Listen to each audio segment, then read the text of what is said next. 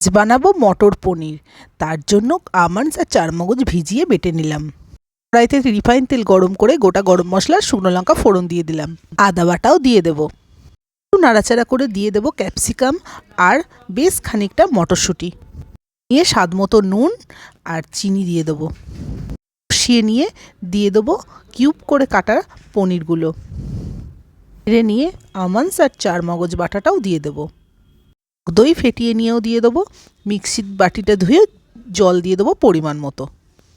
চেরা কাঁচা লঙ্কা দিয়ে ঢাকা দিয়ে হতে দেবো 10 থেকে 15 মিনিট। দেখুন হয়ে গেছে। এবার গরম মশলা গুঁড়ো দিয়ে আর ঘি দিয়ে পরিবেশন করে নেব। কচুরি, লুচি, পরোটা, পোলাও যেটা আপনাদের ভালো লাগে তার সাথেই আপনারা বানিয়ে খান এই মটর পনির। ভিডিওটা ভালো লাগলে like, comment, share and subscribe করে বেল আইকন প্রেস করে সঙ্গে থাকবেন।